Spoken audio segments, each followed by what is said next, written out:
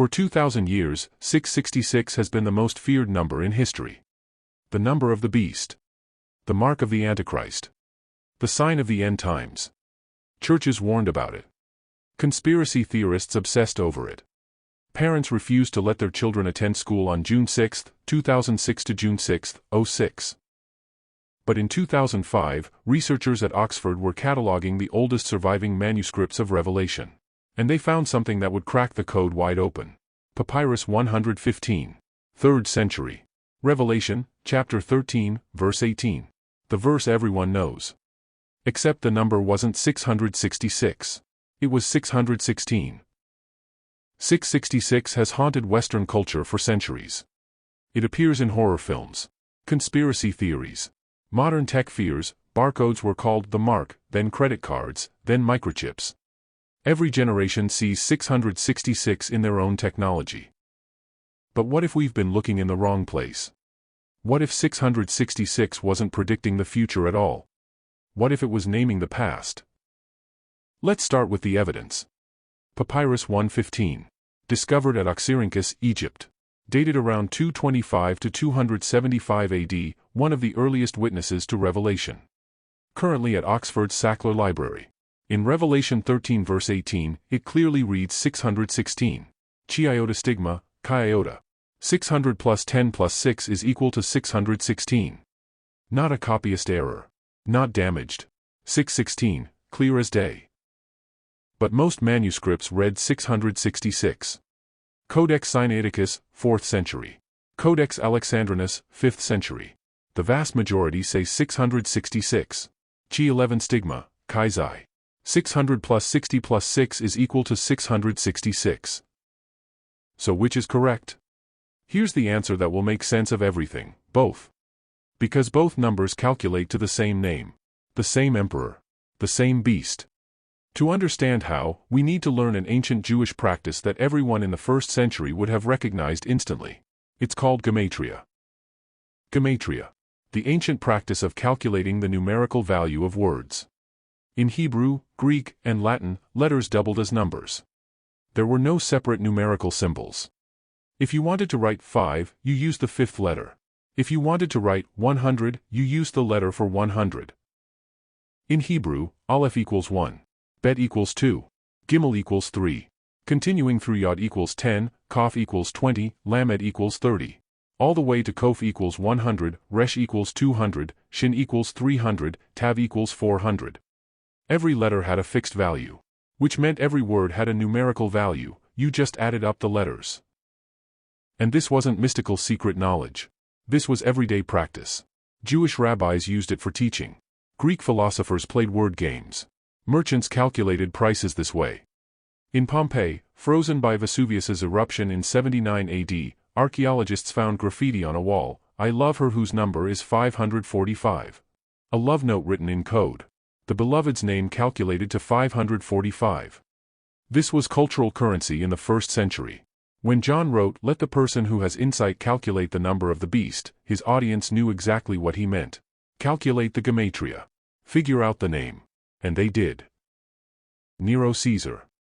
Emperor of Rome from 54 to 68 AD. His Greek title, Neron Kaisar. In Hebrew letters, Nun Resh Vav Nun, Kof Samek Resh. Let's calculate it. Letter by letter. Nun equals 50. Resh equals 200. Vav equals 6. Final Nun equals 50. Neron equals 306. Kof equals 100. Samek equals 60. Resh equals 200. Kaisar equals 360. 306 plus 360 equals 666. Nero Caesar, written in Hebrew, equals exactly 666. Not approximately. Not, if you squint. Exactly. And now for the 616 variant. Watch what happens when you use the Latin spelling of Nero's name instead of the Greek. In Latin, his name was spelled without the final N, Nero, not Neron. In Hebrew, Nun Resh Vav, Kof Samek Resh. Nun equals 50. Resh equals 200. Vav equals 6. Nero equals 256. Kof equals 100. Samek equals 60. Resh equals 200. Kaisar equals 360. 256 plus 360 equals 616. Remove one letter, the final none, and the total drops by exactly 50. From 666 to 616. Same emperor.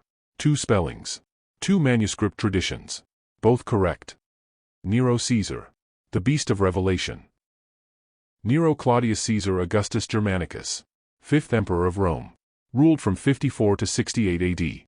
Born into the Julio-Claudian dynasty, proclaimed emperor at just 16 when Claudius died under suspicious circumstances. For the first 5 years, Rome prospered. Nero reduced taxes, expanded citizens' rights, banned capital punishment, built theaters. But by 59 AD, something shifted. He murdered his mother, Agrippina. Then his wife, Octavia. Then his stepbrother, Britannicus. He reportedly kicked his mistress, Poppaea, to death while she was pregnant. Nero began to see himself as divine. He performed as a singer and actor, shocking Romans who believed such acts were beneath imperial dignity. He commissioned statues of himself as Apollo, god of the sun. By 64 AD, Nero was feared, hated, and politically isolated. Rome was restless. And then, on the night of July 18, 64 AD, Rome began to burn. The Great Fire of Rome. It started in the Circus Maximus. Wooden structures, narrow streets. The fire spread fast. For 6 days, it raged through 10 of Rome's 14 districts. Temples, homes, markets, all reduced to ash. Hundreds of thousands homeless. Irreplaceable records, gone.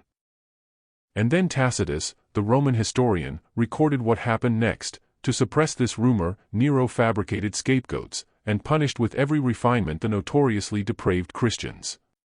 The Christians. A small, despised sect. Followers of a rabbi executed 30 years earlier. Nero blamed them for the fire. And what came next would scar Christian memory forever. Tacitus described it in clinical detail. Covered with the skins of beasts, they were torn by dogs and perished, or were nailed to crosses, or were doomed to the flames and burnt, to serve as nightly illumination. Christians were sewn into animal skins and thrown to wild dogs. They were crucified, the same execution used on Jesus. And they were burned alive, tied to stakes, set on fire to light Nero's gardens at night. Tacitus, no friend of Christians, admitted even Romans were horrified, for it was not for the public good but to satisfy one man's cruelty that they were being punished. To Rome, Christians were troublemakers. To Nero, they were scapegoats. To the Christians themselves, Nero was evil incarnate. By 68 AD, Nero had lost control. The Senate declared him a public enemy. The Praetorian Guard abandoned him. On June 9, 68 AD, as Roman soldiers closed in, Nero committed suicide. His last words, "What an artist the world is losing." He was 30 years old. But Nero's death didn't end his terror, it amplified it. In the eastern provinces, a belief spread, Nero wasn't really dead. He had fled to Parthia, Rome's great enemy. He was gathering armies. He would return. This was the Nero Redivivus legend. Nero reborn. Within a year, a man appeared in Greece claiming to be Nero. Thousands followed him. Then another pretender. And another. 3 false Neros between 69 and 96 AD, nearly sparking war with Parthia. Nero had become more than a man. He had become a symbol of imperial persecution, of absolute evil, of the Antichrist. Around 90 to 95 AD, during the reign of Emperor Domitian, another emperor persecuting Christians, John wrote Revelation. He wrote from exile on the island of Patmos, punished for refusing to worship the emperor. He wrote to 7 churches in Asia Minor. Churches terrified of Rome. Churches watching believers die for refusing to participate in imperial cult worship.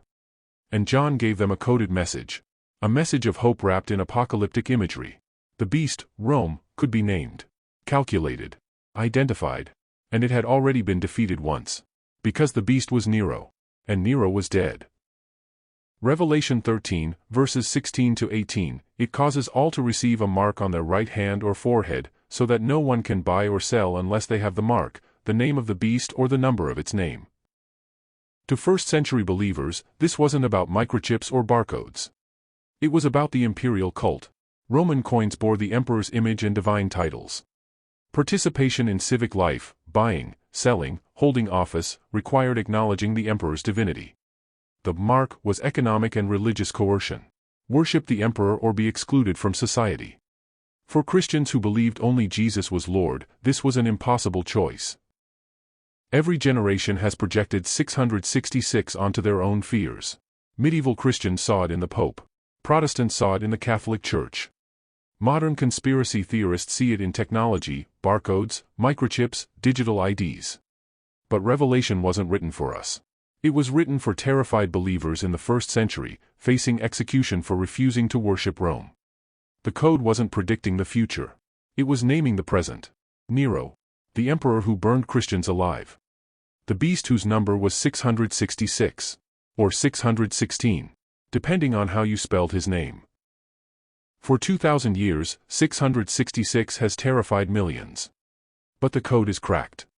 Papyrus 115 reads 616. Most manuscripts read 666. Both are correct. Both point to the same name. Nero Caesar. The emperor who persecuted Christians. The beast of the 1st century. John wasn't predicting microchips. He was resisting tyranny. He was giving hope to believers facing death. He was saying, we can name the beast. We've survived him before. We'll survive him again. 666 wasn't about the future. It was about the past. And the courage to resist. The code is cracked. This is Underlight History, where the overlooked is illuminated. Thanks for watching. See you next time.